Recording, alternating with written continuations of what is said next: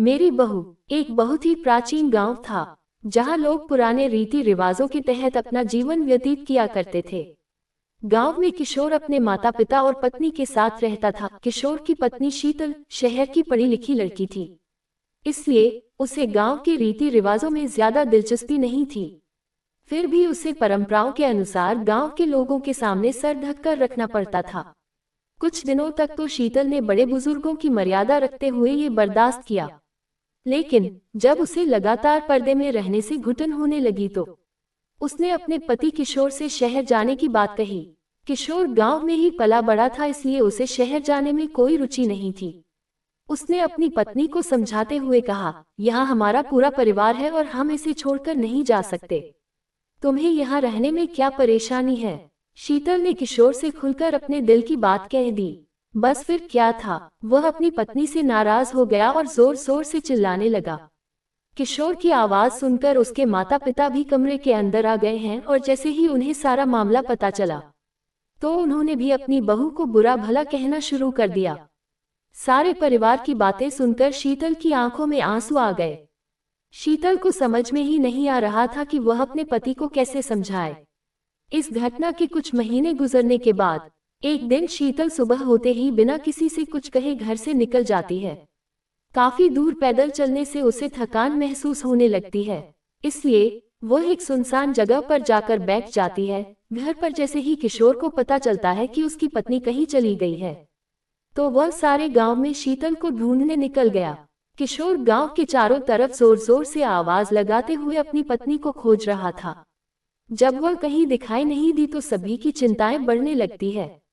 लेकिन इसी बीच एक बुजुर्ग व्यक्ति गांव वालों से आकर बताता है कि इस गांव की एक महिला रास्ते में एक सुनसान जगह पर अकेली बैठी है। ये बात सुनते ही किशोर तुरंत उसी तरफ दौड़ लगा देता है।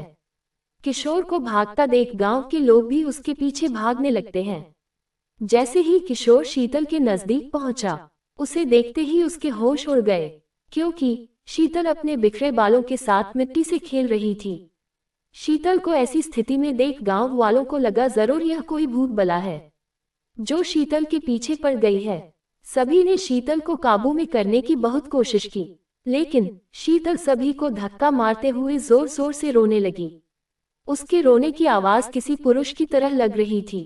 जैसे तैसे करके शीतल को घर लाया गया। गांव के सभी लोगों को शीतल की हरकतें भूतिया गतिविधि की ओर इशारा कर रही थी, इसलिए सभी ने तांत्रिक बुलाने को कहा।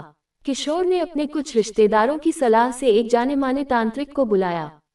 तांत्रिक ने आते ही चारों तरफ एक घेरा बनाया और खतरे से बचने के लिए सभी को उस घेरे के अंदर रहने को कहा और शीतल के कमरे में अकेले ही चला गया।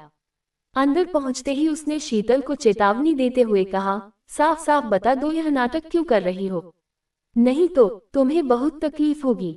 शीतल तांत्रिक को देखते ही आक्रामक होने लगी। तभी तांत्रिक ने शीतल के बाल पकड़कर दोबारा कहा, मैं अच्छी तरह से जानता हूँ, भूत प्रेत नाम की कोई चीज नहीं होती। मैं कई वर्षों से इसी तरह लोगों के भ्रम दूर करता आया हूँ। तुम्हारे घर वालों को समझाना मुश्किल है, लेकिन तुम अच्छी तरह से जानती हो कि तुम ये नाटक कर रही हो। तांत्रिक की बात सुनते ही शीतल की आंखों में आंसू आ गए और उसने रोते हुए अपना झूठ कबूल कर लिया। शीतल ने तांत्रिक को बताया कि वह शहर की पढ़ी लिखी लड़की है, उसे ज्यादा बंधनों में रहना पसंद नहीं। उसने कई बार अपने पति से यहाँ से दूर चलने को कहा, लेकिन जब वह नहीं माने तो मजबूरी में आकर उसने चुड़ैल चढ़ाने का नाटक किया ताकि वह अपने मन मुताबिक जी सके। दरअसल तांत्रिक एक वैज्ञानिक था जो कई सालों से भूतों के नाम पर फैली हुई अफवाहों की सच्चाई दिखाने के लिए रिसर्च कर रहा था और उसी वजह से उसने तांत्रिक वेशभूषा अपनाई थी। उसने शीतल को सबके सामने चुड़ैल की हकीकत बताते हुए माफी मांगने को कहा। जैसे ही गांव वालों को पता चला कि शीतल अपने परिवार के सामने सिर ढकने से बचने के लिए चुड़ैल का ड्रामा कर रही थी तो उन्हें आज से पहले गांव में हुई सभी भूतिया घटनाओं पर संदेह होने लगा। तांत्रिक के समझाने पर शीतल के घर वालों ने उसे उसके पति के साथ शहर जाने की इजाजत दे दी। तांत्रिक की वैज्ञानिक सोच ने लोगों में भूतों के प्रति फैले अंधविश्वास को गहरी चोट दी थी, लेकिन ये तो सिर्फ एक शुरुआत थी और इसी के साथ यह कहानी